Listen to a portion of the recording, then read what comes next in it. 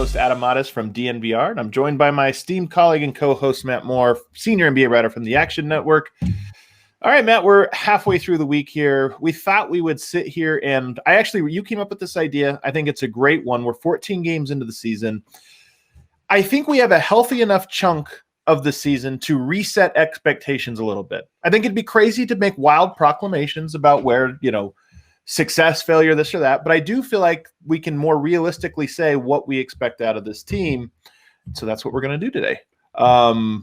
I should let you know there's a lot of people maybe watching today on 9 News or on their YouTube channel, their social media channels. This is also a podcast Monday through Friday covering the Denver Nuggets. We always get you out with a 30-minute show, or vice versa. If you're watching this or listening to this as a podcast and want to see our beautiful smiling faces, you can, of course, catch those. So, all right, resetting expectations here, Matt. The first one is with the team. I think we can do this. I think then we'll get into specifics and talk about players. But first up, expectations for the team. How have they changed, in your opinion, from 4 weeks ago? I mean, how many weeks are we into this? 3-4 weeks? It's been kind of a wild ride, right? So, I think in the beginning, after they lost Grant, there was a lot of oh no, what are they going to do? And then I think as time went on, we went the other way collectively, and by that I mean both fans, media, general Nuggets universe. I think we went the other way and we're like, they're gonna be really good. They got look at what they got. They got JaMychal Green and Paco Campasso, and they're still coming off of the Western Conference Finals appearance. They lost Torrey Craig, who was kind of a drag on the offense. This should be we're really excited. And at this point, I'm ready to basically say, I think that they have taken a step back, which doesn't mean that they can't meet expectations for the playoffs. Sure. But I do think it means that we have to kind of reorganize around the fact of, I don't know how many guaranteed wins they're going to have this season. Right. I just don't know how many, you can absolutely believe that they're going to get this one, or even if you want to say the Thunder game's kind of proof of that, then you should probably change it to I don't think that they're going to have the same kind of fortune that they've had the last couple of years in beating good teams, because they've been great in those situations as well. I do think it's probably wise to downgrade them a small amount in terms of what the expectations are for the regular season, at least. Right. Yeah, I think that's a good way to put it. And this is what I mean about not making wild proclamations about the team's ceiling or doom or impending doom or any of that stuff. But I do think it looks like this regular season is going to be a bit of a struggle. Already, and part of this is you're already 7-7. I think last year at this time you're 13, 13-3 or something like that. So to already be set behind, just thinking of them being a top 2 seed in the Western Conference, probably it's not out of reach, but it's probably not going to happen. And we thought coming to the season that was a possibility. That possibility is diminished.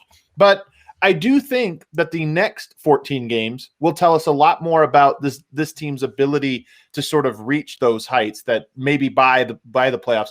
Michael Porter has been out, so we really don't have a great read on whether or not we have a 4-game sample size that was really bad. We don't know if that was just a small sample size early season, up and down, or if that's a sign of things to come. And I think the next 14 games will probably tell us a lot more on that.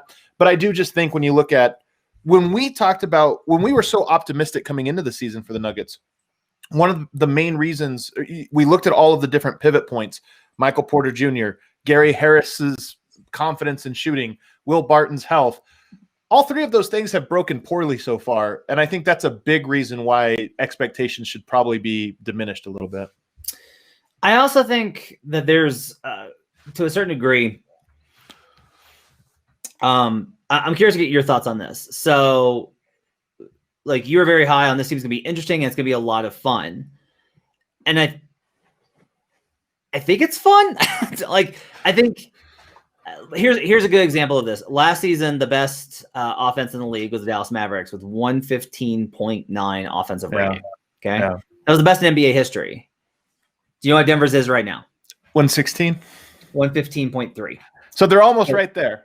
But here's what's also interesting is even in a season in which it seems like so many teams are dragging, we have more games under 100 this year than I think we had all of last season, where both teams were under 100. the Nuggets are still third in offensive rating, Right, even with right. 115.3 behind the Bucks and the Clippers. So like this is why it's kind of hard to calibrate, right? And the fact is like if they had an offense this good, if you told me the Nuggets have the third best offense in the league and they're popping in a 115 offensive rating through 14 games of the season and asked me to pick where they were at, I would have been like, they're probably 10-4. Like I would bet that they were 10-4. Now, again, because it's my sworn duty to bring this up every single podcast, they win the 2 Kings games. Right. And they're 9-5. See, this is the thing about it is in Dallas went to overtime. I mean, you had a lot of these games that it's not that unrealistic to say they could have flipped. But I think the thing that drags all of that down is they just still don't have a good win. And I think once they get a good win, and it could come early on this road trip or at some point on this road trip, I think it will sort of change nations. But what is their best win on the season so far? They're just I don't even know what I would say to them. Golden State, I don't know. So I think that's part of it. They get 2 chances in a row here with Phoenix coming up, and then a bunch of road games that any of those would qualify for best win of the season. But to me, I look at it though, and it is those pivot points. And I said Murray, I said Harris, and I said Barton, but there's actually one more, Jamal Murray. We thought, is this year Jamal Murray become Bubble Murray? Was that more like who he is now? And the answer so far has been no. You look at his numbers; they're almost identical. And I know he has the elbow injury, but if you look at his per game numbers, 3-point percentage, points per game, assists per game, they're almost exactly identical for what they have been for the last 2 years. So while I do think that a fully healthy Jamal Murray is probably playing a lot better, you also can't really look at the numbers and say, oh yeah, it's so unlikely that he's just doing what he's done for 3 years. There was a lot of skepticism when he had the 50-point games in the bubble.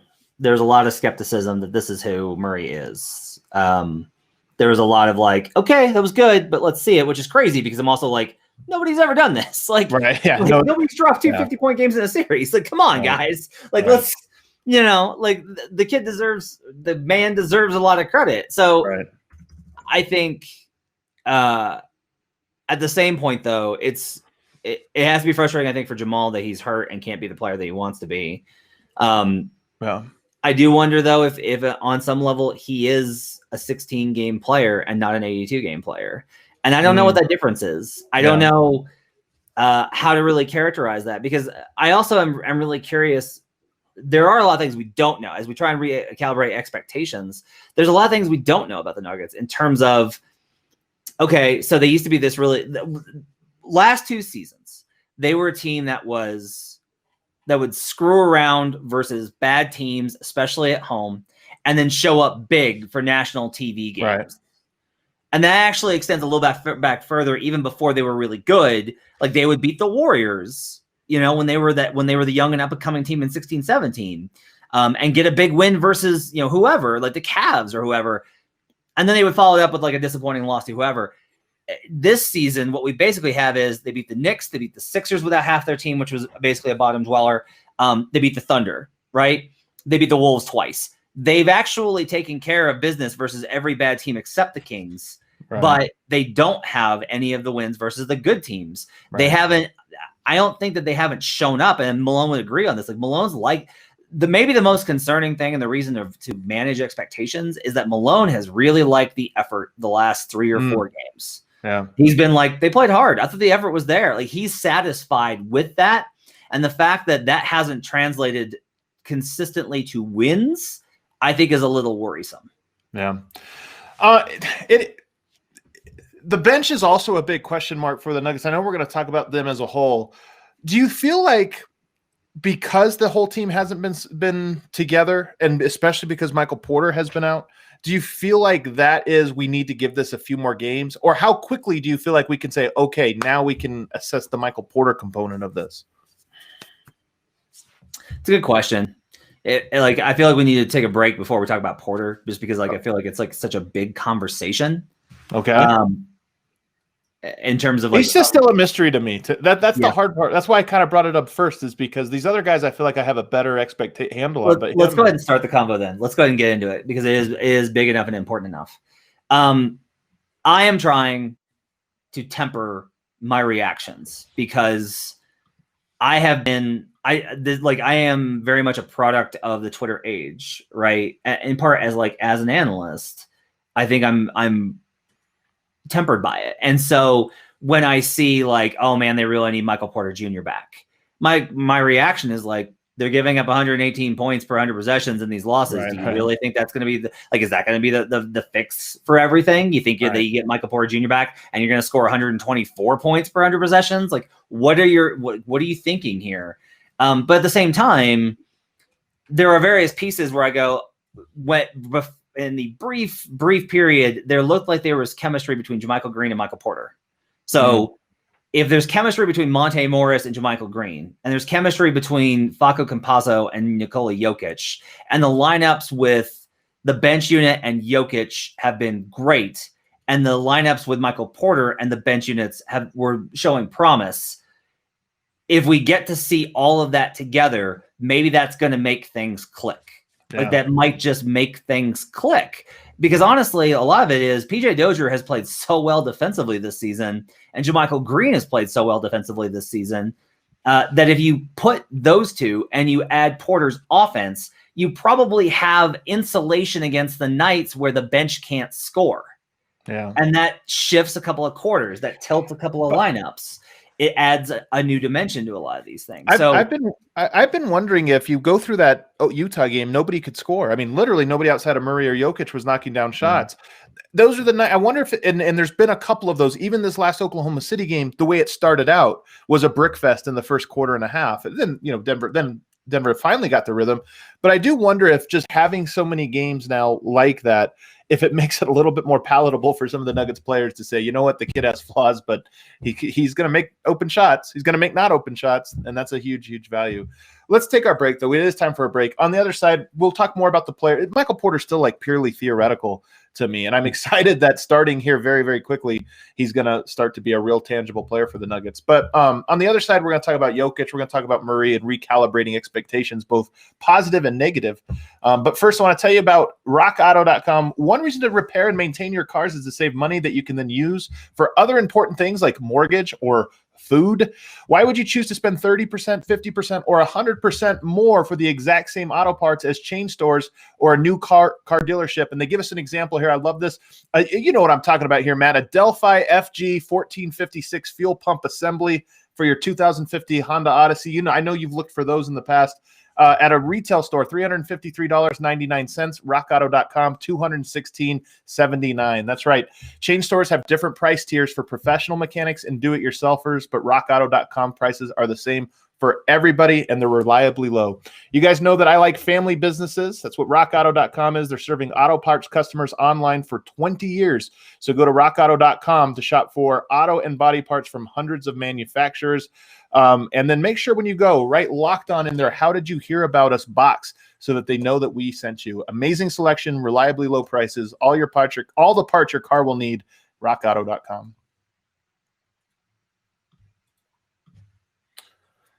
So back here, segment 2 on the Locked On Nuggets podcast, talking about recalibrating expectations. Also want to remind you, if you're a fantasy basketball player, the Locked On Podcast Network has the #1 fantasy basketball podcast with my guy Josh Lloyd, Locked On Fantasy Basketball. Lots of good stuff. So if you're into it, it's not just a good fantasy basketball podcast. If you've ever listened to it, he is a guy that obsesses about the numbers, watches so much basketball. He knows about everything. It's a good place to go just for sort of general trends and see what's going on with other teams. So Locked On Fantasy, you're going to want to check that out. All right, we're going to start at the top here. A lot of these are going to be resetting expectations, maybe moving expectations down. But I think there's the first person we're going to go to, Nikola Jokic. We might actually reset expectations up. I said this the other day. You go into a season and you have, low-end expectations, average expectations, and above-end expectations. I think Jokic has surpassed my above expectations. I mean, if you told me, hey, Jokic gets off to a good start, what are his numbers? I would have said, 23, 11, and 8. Like that's good. He's 25, 11, and 10 right now. His numbers have been incredible. How do you reset expectations for Jokic, Matt? So I wrote a big thing on the Action Network about his MVP chances. if I had to vote today, which I will not get a vote, but if I had to vote, Nikola Jokic gets my vote for MVP. I love that. Even with them 7-7. Racing to Twitter right now to retweet this. I didn't see it. I wasn't really on the timeline today, but I didn't see it. And it was like, I just think what's funny is last year, you know, when he was playing in that January stretch when everybody was out, you were like, this is the best basketball he's ever played. And I think it was like Malone agreed. Malone was like, this is the best basketball that he's ever played.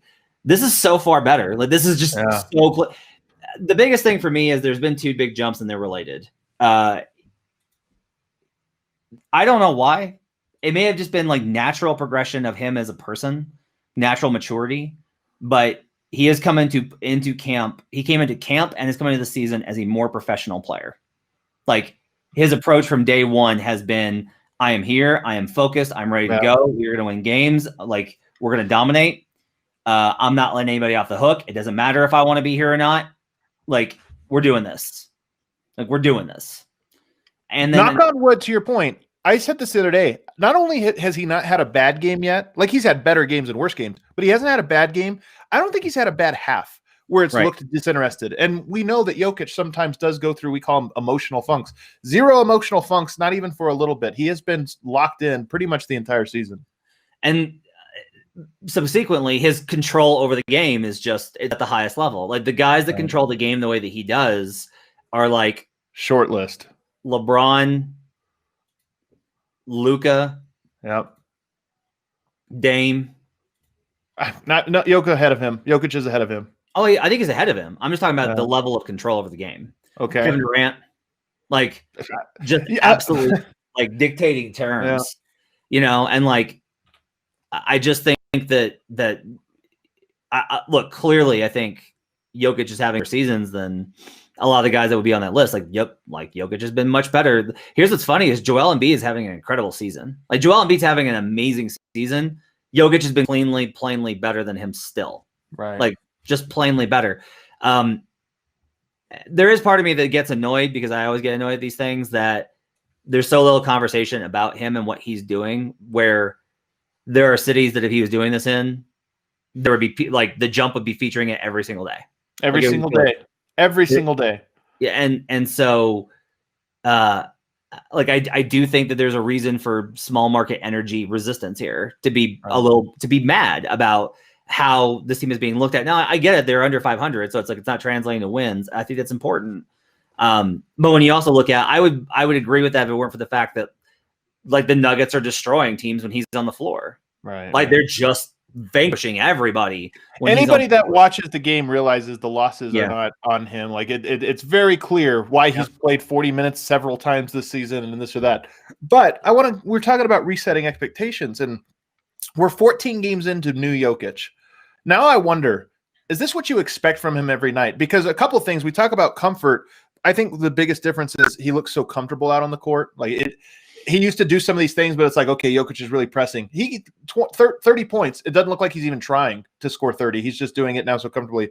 But is your expectation now that he has this level of dominance every single night going forward for the next 50 games? Yes. Me too. There are guys that have a really hot month that you can tell they're just shooting well. Yep. Or their teammates are hitting shots so their assists are up. Or the teammate is out, so they've just got a crazy usage rate and their minutes are high. Yep. This isn't that. Like, this is like, the problem is if he doesn't do this, it's clearly and very plainly that he is not invested in doing so. So, and like, he's been invested every night in doing it. And so this is the bar now. And I think it's tough. I've wrestled with this question before. Is like, is he obligated to be great? I've asked that question a lot in my head of like, is a player obligated to be the best that he can be? Mm-hmm. And I still don't really know the answer to that, but I will say that I do think that Jokic loves basketball, and I do think that Jokic loves competition, and I think that on some level he has understood what the sport can give him, and as such, like, he has an obligation to give back to it in the way that he is. And there's also if he keeps playing like this, the Nuggets will play better. And if they don't, then the front office will make sure that he gets the help that he needs. Like that's part of it is like, if they were to continue struggling and it was plainly obvious that it was everybody else, that does put pressure on the front office to be like, look, we got to do something here. Jokic is just incredible and we can't get over 500. That puts more pressure, Yeah. And so I have really no end to the words of how he's played this season. I don't have complaints about his defense. I don't have complaints about his effort. He had a handful of the foul games early and hasn't had one in a while. Right. Yep. His attitude has been great. His leadership has been great. He's hit clutch shot. Like there is just nothing to criticize Nikola Jokic for at this point. I agree. I agree. I think, and it is my expectation now for him. So I think he's going to be in that MVP conversation all year, assuming Denver can bank some more wins. Moving on to Jamal Murray, I think it's clear that something is bothering him. We think it's his elbow. He started to talk more and more about it. But there's another thing that I think plays into this season, at least in my opinion. Physically, I thought he looked incredible in the bubble. I thought he looked the best he ever had. I thought coming into training camp, when you got to first look at him, I thought, he doesn't look quite as lean as we remember. So I think this is a twofold thing. One of it is just him not coming into playoff shape, which is what he was in the bubble. And one of it is, obviously the injury. I have reset my expectations for Murray because I thought this was a year he might be an all-star player. I think that's impossible. Can he get to an all-star level here in a week or two? Possibly, but my personal expectation is that probably won't happen for several months, not something I expect in a week or two. Barring injury, is there any scenario in which the Nuggets miss the playoffs? Yes. Really? It's a low possibility, but it's a possibility. I still think miss the play-in. Are they going to be a bottom 2 team in the Western or bottom 3 team? No. But I mean, I could see them being a 8. What is it? 7, 8, 9, 10 seed. I could see it.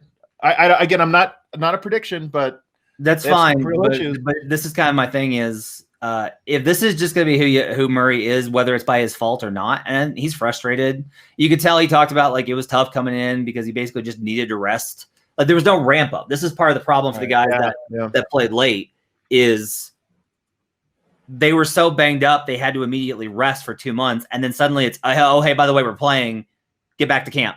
Right. And so it was this immediate ramp up. There was no like get back in shape and then start working on your game. And then on top of it, the injury. So there's a lot of things that can change over these next couple of months. But he's up against it. But I still expect him to be a great player in the playoffs because he is. He's just been a great player in the playoffs since Game 2 of the Spurs series. Right. He's been a great player in the playoffs. Yeah. And so if that's who he is, this is what's crazy is you take that. Like you take Jamal Murray being a 16-game player at the level he plays at in the playoffs over being a, gonna rack up 20, gonna drop 40 on the Magic or gonna drop 40 on the Kings and 9 assists and then like have a 13 to 17 decent night while getting some garbage time versus you take it. Like you want the guys to step up in the biggest level. So that's totally fine. And this is part of it is like, I don't see any scenario the Nuggets don't make at least a play-in.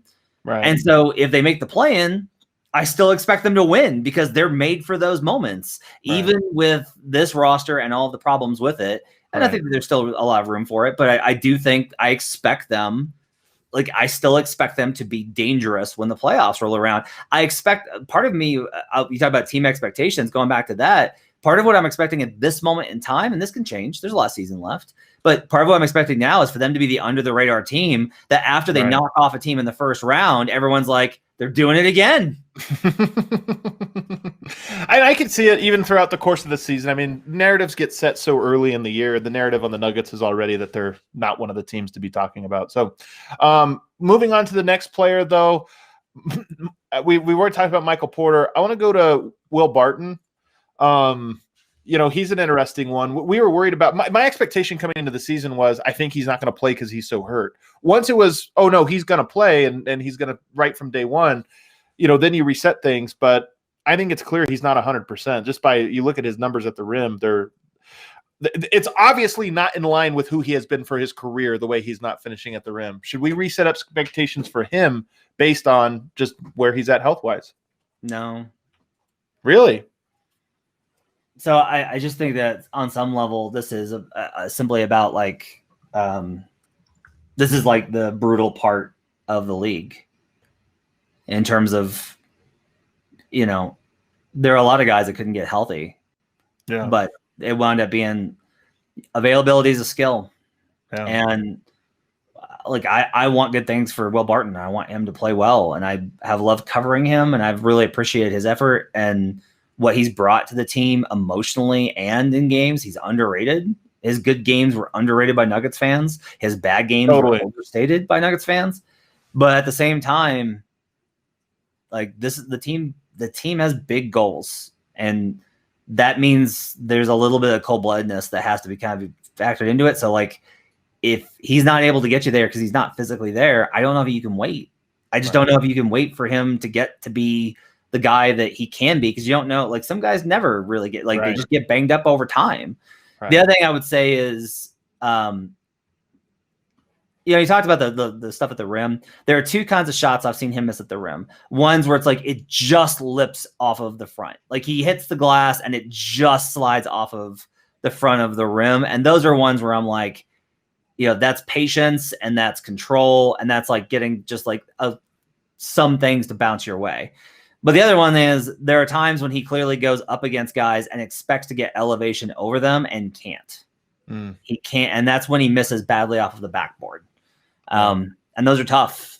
Those are really tough. Now, they still have really good numbers when him on the court, right. and it's one of the reasons I get frustrated. Everybody everybody basically goes oh, Barton shot 2 of 9. Get rid of Barton. And it's right. You need to focus on when you're losing and why.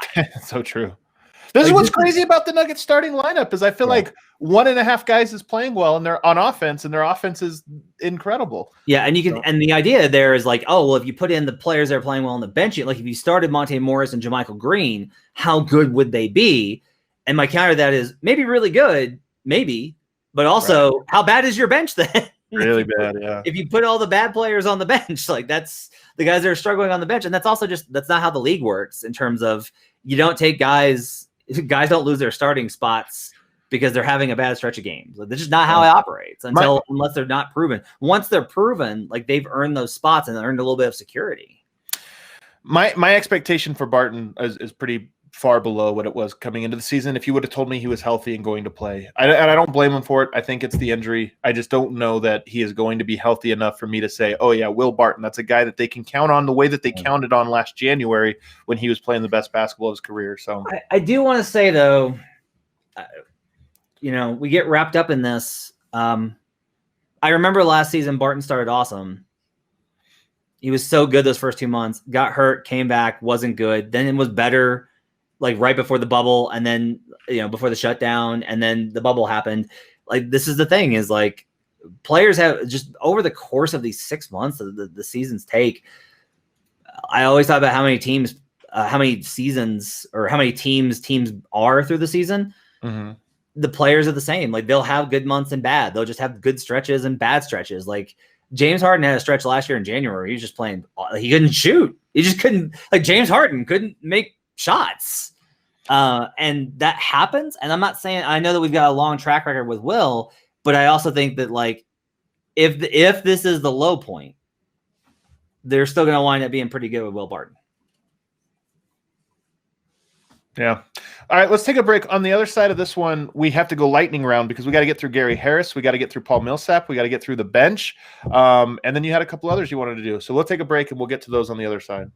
But first, let's talk about Bet Online. The Kansas City Chiefs are playing the Buffalo Bills in the AFC Championship game this weekend. You got Packers versus Bucks, Tom Brady. You get to root here. I'll even stay away from the Chiefs, Broncos fans. You get to bet against Tom Brady. How fun will that be? I think I'm probably going to be in on the Packers this weekend. That's where I'm leaning right now. You can bet NBA, college basketball, so many games, so many choices in the one place that you can do that the best at. The one place the Locked On Network trust is betonline.ag. Sign up today for a free account at betonline.ag and use that promo code LOCKEDON, LOCKEDON, for your 50% welcome bonus.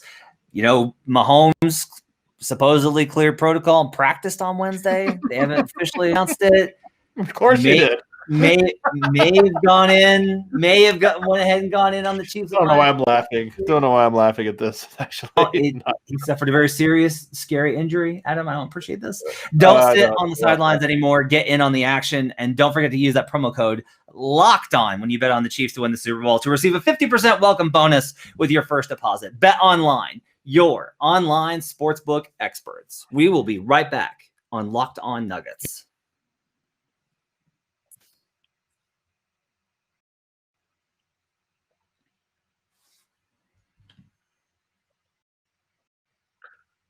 Final segment here on the Locked On Nuggets podcast. Want to remind you about the Hollinger and Duncan show. You know, my guy, Nate Duncan, friend of the show, been on this podcast very many times. If you want to get basketball smart, it starts with listening to Hollinger and Duncan, part of the Locked On Podcast Network. Don't forget to check that one out. They go around the NBA. They talk lots of different things. Okay, so final one here, Matt. Let's get to Gary Harris. Starting to make threes. We talked about this the other day. You're not quite buying it. A lot of the 3 of the last 4 games have been against pretty bad opponents. That's where he started to get going. Should we reset expectations for Gary Harris based on it, even what they were coming into the season? I'm not sure how to evaluate it. I think one of the reasons I think it's tough for me to evaluate Harris is what were the expectations for him coming into the year? Like what did we expect from Gary Harris coming into the season? Yeah. You know, I think if we'd asked the question of like, is he going to be a good shooter? We probably would have been like, I don't know, maybe. If we've been like, is he going to be a good defender? Yeah, I think he's probably below expectations on defense. I will say that. Like Gary hasn't had the kind of impact defensively. There are games and stretches and sequences where I think he looks awesome. I'd like to see him next to PJ Dozier, maybe a little bit, just because I want to see bigger lineups. Yeah. I think Jamal being limited. I think this is part of it is when Jamal's not able to be better defensively, it makes Gary worse defensively. I think there's a synergy there that causes issues, and that's part of the complication. I'm not surprised he hasn't shot the ball well. I'm not surprised he shot pretty well the last couple of games. I think maybe the biggest knock that you can have on Gary Harris right now is not that he's bad. It's that he's unreliable and that you don't know what you're going to get from him every night. I think my expectations on him have definitely been reset to the point of I just don't know. Part of it is just the shot, but part of it is also just, you know, he used to be a player that like was confident going to the rim, a little more dynamic, and I just think that part of him is gone. So my expectations are pretty reset on him. I even wonder if my expectations are for, is he on the roster? We know that Denver has tried to trade him as recently as this offseason, and there wasn't a market for him. But even if he does play well, I feel like that means that he becomes, maybe there's somebody that is willing to trade for him and go from there. So my expectation from Gary Harris is that he either plays poorly and Denver has to make a move, maybe even moving like a PJ Dozier up in the rotation, something like that, or even move Will Barton over and just cut him out of the rotation, or that he plays well and Denver looks to move him. Those are, I think, to me, the 2 likeliest outcomes for Gary Harris this season. I don't know if that seems too harsh or not. We got to keep it moving, though. A couple more players to get to. Paul Millsap, $10 million, re-signed, hasn't looked the best. Above expectation. I think. Really? I think he's played great, man. He's shooting the ball well. Wow. I'm surprised.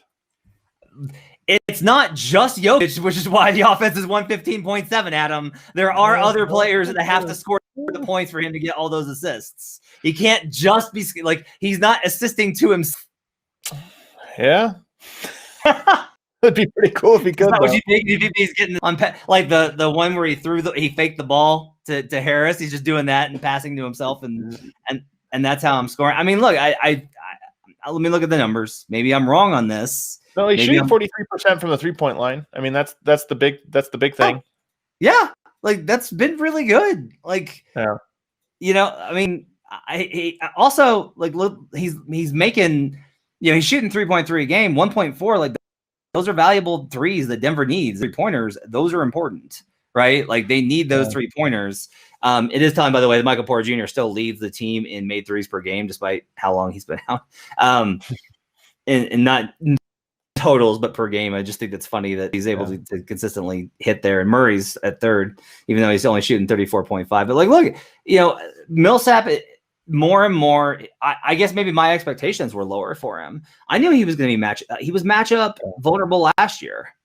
There were signs last year. By season's end, I was ready for Paul Millsap to say Paul Millsap should probably come off the bench. I think Paul Millsap was probably ready to say that Paul Millsap should come off the bench. If they decide to move JaMychal Green, he winds up there?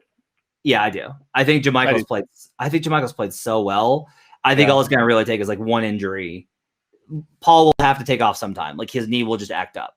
Like he'll get knee soreness, and JaMychal will start, and JaMychal will play well, and then they'll be like, we're just going to keep this going. And I don't think that Millsap will be upset about it, but I also don't think that Millsap is. I don't look at the struggles that the Nuggets have had and been like, Paul Millsap's the problem. That hasn't been. Of course. Well, I want to go to the defensive side here though, because the impact has been lower. His advanced defensive numbers are, kind of the worst of his career. And then the one that's really interesting to me is he has 5 total block shots this year. Mm-hmm. And I know block shots aren't everything, but that's about half as many as he'd had last year, half of whatever the expectation was. And that sort of matches the eye test. He just doesn't look physically like he can. Not that he was ever a physically dominant player, but it just seems like he's a little bit step slow, a little bit, a couple inches off of the old vertical. Yeah, I mean, look, the rotations have been rushed and seen him blow a bunch of rotations, right? Like they're giving up 114 points on the floor per 100 possessions. That's really bad. I think for me, a lot of it is like I see the little things that he does. I continue to see the little things that he does, and I value those. Like I don't expect Paul Millsap to be the defensive difference maker for this team. I also think like with where the roster is at completely, like the part of this is also Millsap at this point is only going to be good as the collective unit is. He is not. He's not elevating it. Yeah, he can't hold up a unit. He can't hold up a team defense the way that he used to. And there's this cascading effect. Jamal's hurt, so Jamal's dying on screens, which means Gary's over helping, which means Gary's late on rotations, which means Will's late on rotations, which means Millsap's is having to cover more ground, and he can't do that. So like, there's all like this there are collective problems all over the floor. But I do just still wind up being like. I still think that his net is still a positive, and what he brings to the table still gives them a lot of what they need. And I just think that he is a positive overall player for this team. What about the bench? That'd be the next one. We'll just lump them all in together, all of the bench players. You can't though. This is the problem. Is like JaMychal Green's been amazing. Monte Morris has been incredible. PJ Dozier's been up and down every other game. Can I say the Nuggets' depth? But in part, we're out of time. I mean, that's the number one driver here. But if we just talk about the Nuggets' depth, or if you could mention the guys that you think are most interesting here. I think the biggest thing that I got to say, and like I feel like I really regret having gone in the preseason as like a joke because I thought it would be like, oh, it's like he's actually really good, but there are these plays and it'd be funny. And instead, I think signing Facu Campazzo was an absolute mistake, and that they put a lot of stuff in impact signing, and it has been in a really bad way. Like, I just think that I'm open to that turning around and him being able to convert this, but he looks every bit like a player that cannot convert to the NBA, which is not about how good you are. It's just about how different the games are. To me, I don't think that as much about Facu.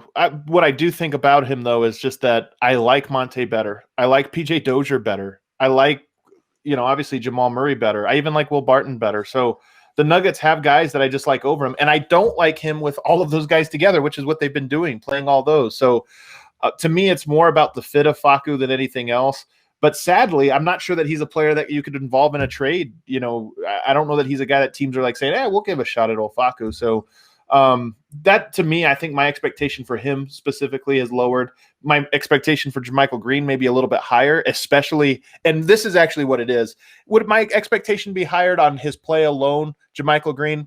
Maybe just a pinch. But when Jokic says he wants to play with him for the rest of his life, all right, my expectations are now through the roof. Dozier, I think, has raised expectations a little bit.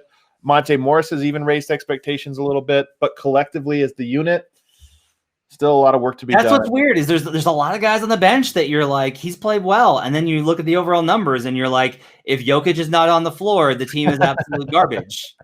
All right.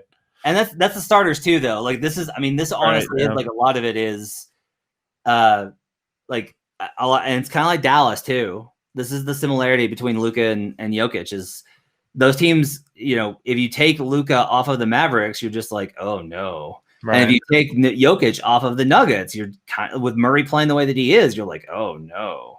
Yeah. You know, what about, so the last one we have here, you had something for analyst expectations. I don't know. I am trying to get myself to not be so negative because I feel like I'm always in this kind of constant trap of not wanting to be a shill for the organization and be all like, everything's all roses and sunshine, and also not be doomsday. Everything is terrible. Trade everyone. Like the Nuggets are a failure. It's easier, I think, maybe for you, correct me if I'm wrong, to be negative when the overarching feel is positive, because then you could be like, okay, let's hold on, let's look at, you know, now that, and this year so much has been negative that being negative feels like kicking someone while they're down, or, you know, everyone confuses me for a contrarian, and it's okay if you define me as such, but the way that I actually am, what I'm really trying to do is, if the collective, and there's like social psychology that backs this up, that when more people are involved in a conversation, not necessarily groupthink, but like more people are involved, positions kind of get elevated in a competition level. Like we actually compete for opinions, right? So if you're part of the negative part of Nuggets Twitter or Nuggets media, you're going to be constantly kind of going lower. This team is not good. The front office is a failure. Michael Malone's going to go. If you're good, you're like, look, they're a really good team. This is just a bit of, you know, and like, there's a lot of positive, like this is kind of my thing right now is Malone's like, I think things are really positive. Harrison Wynn was talking about like, it feels like there's real momentum and positivity around the team. And Harrison's really balanced. Tested here. That's going to be tested, but yep, they have been. Harrison's really balanced. And at this point, because of that tenor, I am at the point of being like, okay, but if this goes badly in the next couple of games versus these teams, you're right back to the roster's broken. At some point, I'm not sure how much you can cover for the holes when, to me, it just looks like Jeremy Grant's departure threw a wrench into everything they couldn't recover from. Their attempts to cover it up were half in terms of like JaMychal was a good recovery. Campazzo as the addition was poor. Yeah.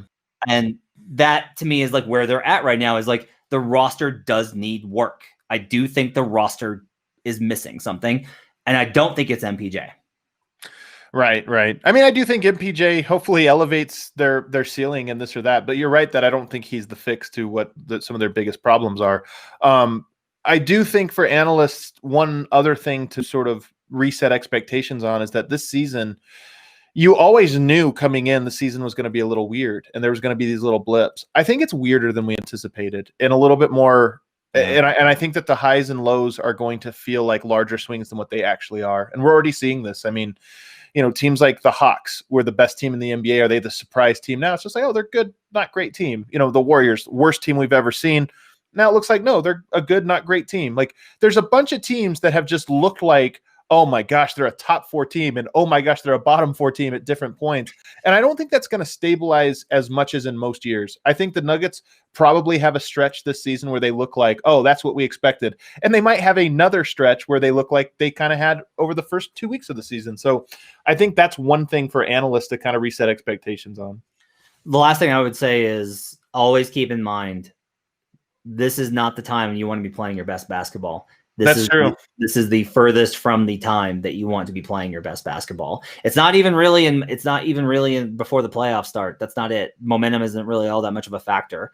You want to be playing really good basketball in the middle of the season, and then you want to be playing great basketball in the playoffs, and those environments are entirely different. I'm only going to push back on you one way though. And I honestly believe this, Matt, because I agree with you about general. We're talking about like the Lakers, for example, don't need momentum going into the playoffs, right? I think the Nuggets do for one reason. The Nuggets, to me, with Jokic, are most closely related to the 2014 Spurs, also the 2013 Spurs. And both of those years, the Spurs were a steady upward trend all the way throughout the season, including going to the playoffs. If you remember the 2011 playoffs where they lost? No, it was 2012 playoffs where they lost to the Oklahoma City Thunder. They were on an amazing winning streak going into that conference finals, because to me, what makes Jokic work and what made that team work was this connectiveness and this teamwork. and those teams all found it going. It was a process that coalesced going into the playoffs, and I think Denver will be much the same way. The 2014 Spurs went to 7 games versus the Dallas Mavericks in the first round. They almost lost that series several times. Keep that in mind. So, but sure that can happen in a playoff series, but they were playing good basketball. I'm saying, like, if you looked at the overarching arc of their season, it was an upward trend. Yeah, I just think we have a lot of data that tells us that.